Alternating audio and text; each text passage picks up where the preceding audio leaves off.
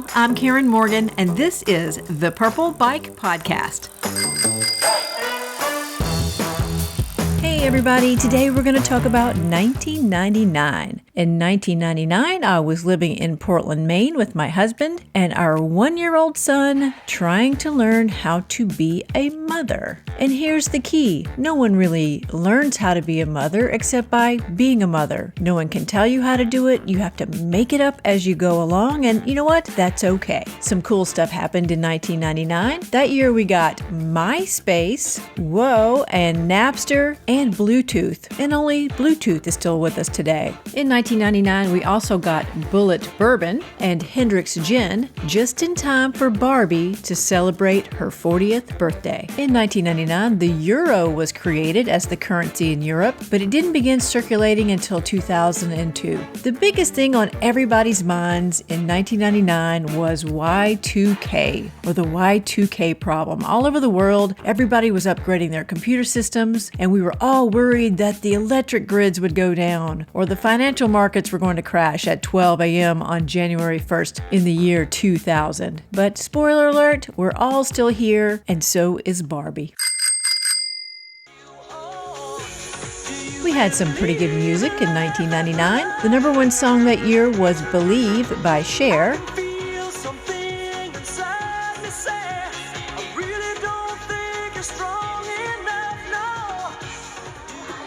1999 was a big breakout year for Britney Spears.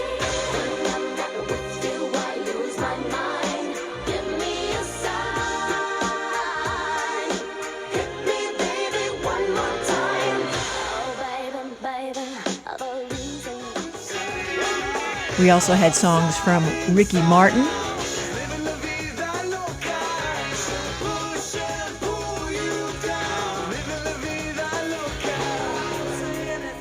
The Goo Goo Dolls.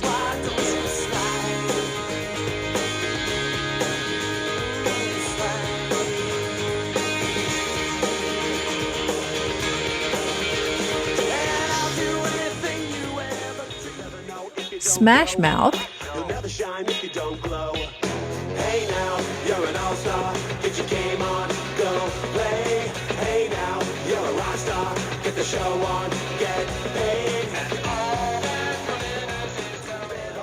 And Santana with Rob Thomas.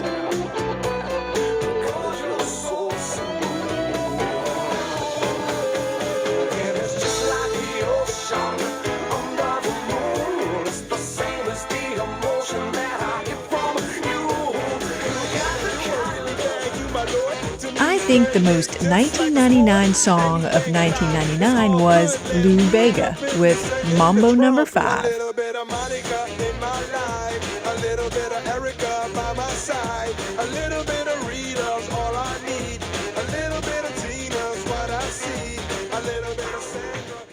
Most 1999 song of 1999 should have been Prince's song 1999, but yeah, I forgot. We were already ahead of things because that song came out in 1982.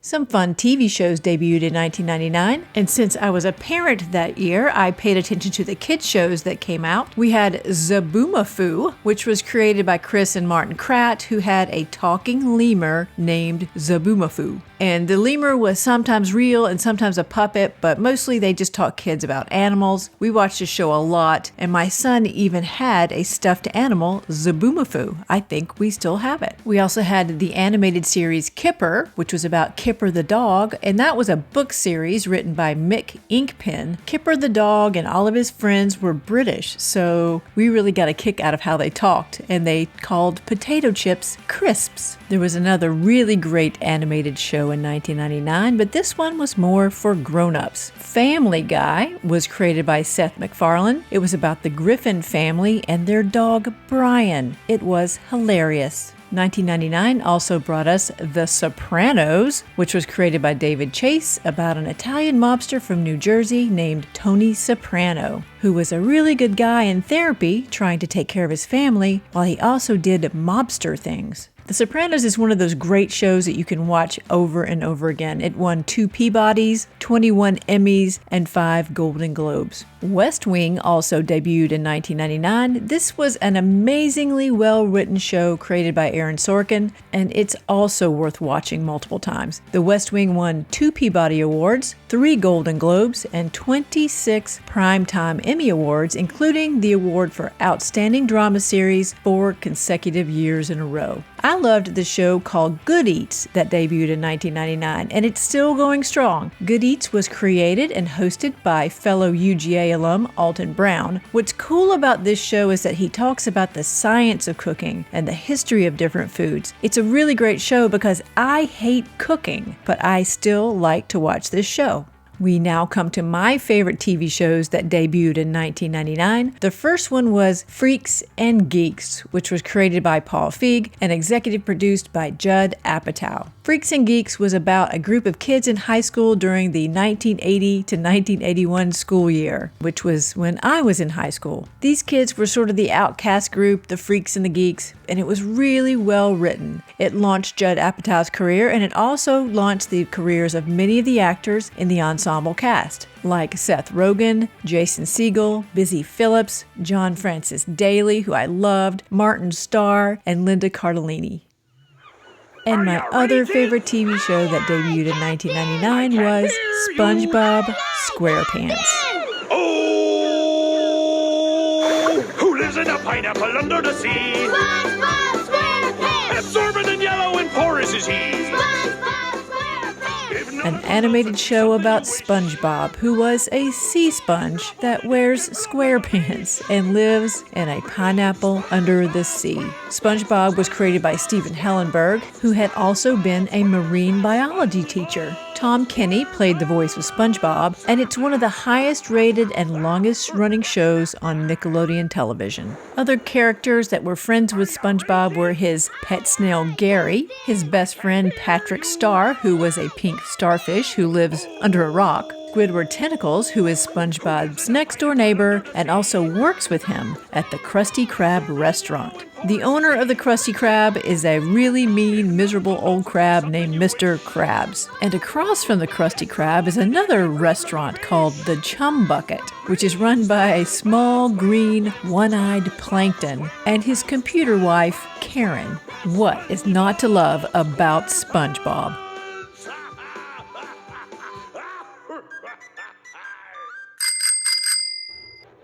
Hey, let's talk about the movies of 1999. Number 1 at the box office that year was Star Wars Episode 1, The Phantom Menace. The Phantom Menace was the first of the Star Wars prequels. This one had Liam Neeson as Qui-Gon Jinn, and Ewan McGregor played the younger Obi-Wan Kenobi. And this is when we first meet Anakin Skywalker, who is just a little boy in this movie. Oh, and let's not forget Jar Jar Binks, as much as we would all like to forget Jar Jar Binks. But my favorite character of The Phantom Menace was Darth Maul and his double-bladed red lightsaber. We don't really see Darth Maul until the end, but it was totally worth it.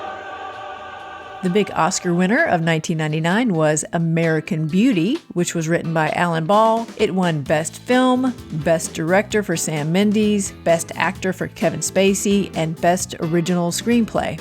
Disney had 3 films out in 1999. Toy Story 2 came out with the Disney-Pixar partnership. This is the one when Woody gets stolen by a toy collector, and then Buzz Lightyear and all of his buddies have to go rescue him. We also saw Tarzan, which was an animated movie, and it won the Oscar for Best Original Song for You'll Be in My Heart. The Sixth Sense was also a Disney film, but doesn't really seem like a Disney film. It was written and directed by M. Night Shyamalan. This is the one with Bruce Willis as a child psychologist whose patient is Haley Joel Osment, and he can talk to dead people. It was kind of a cool movie and had a very surprise ending.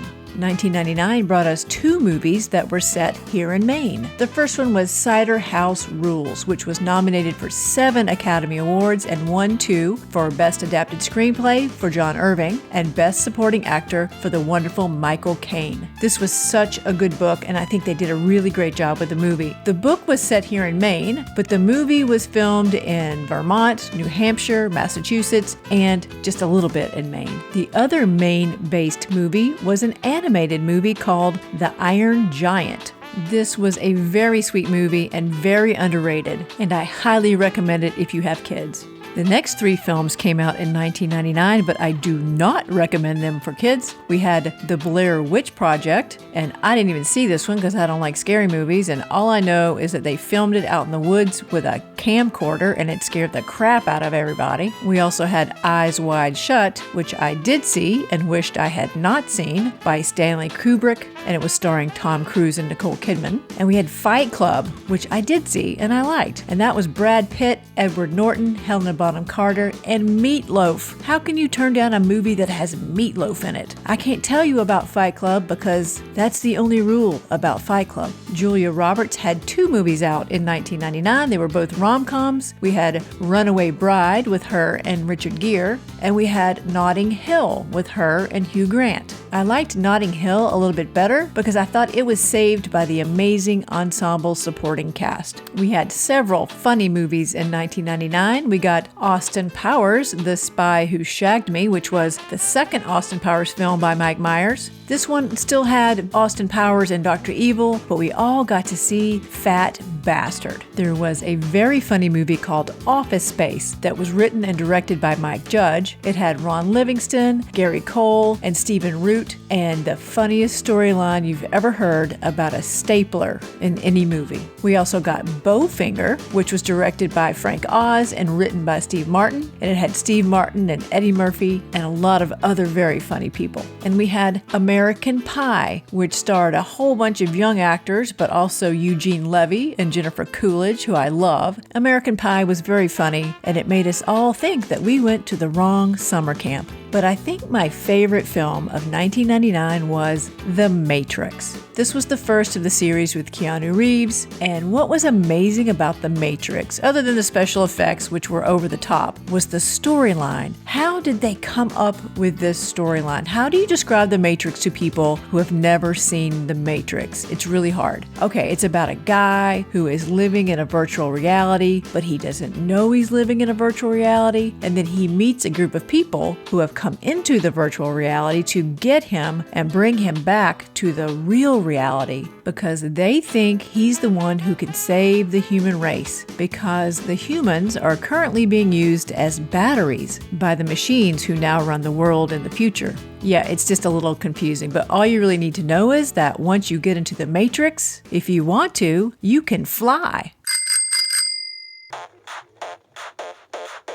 So the year 1999 ended up being okay. Yeah, Y2K ended up being not a big deal at all. I remember New Year's Eve when we sat up with our 1-year-old son. We were just waiting for the power to go out and the stock markets to crash and all our money to go away out of the bank. But ultimately, nothing really happened. We just watched SpongeBob and went to bed.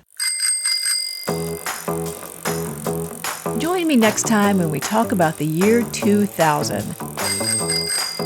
When the show Survivor premiered, the Summer Olympics happened in Sydney, Australia, Tom Hanks got stranded on an island with a volleyball named Wilson, and we added a daughter to our family.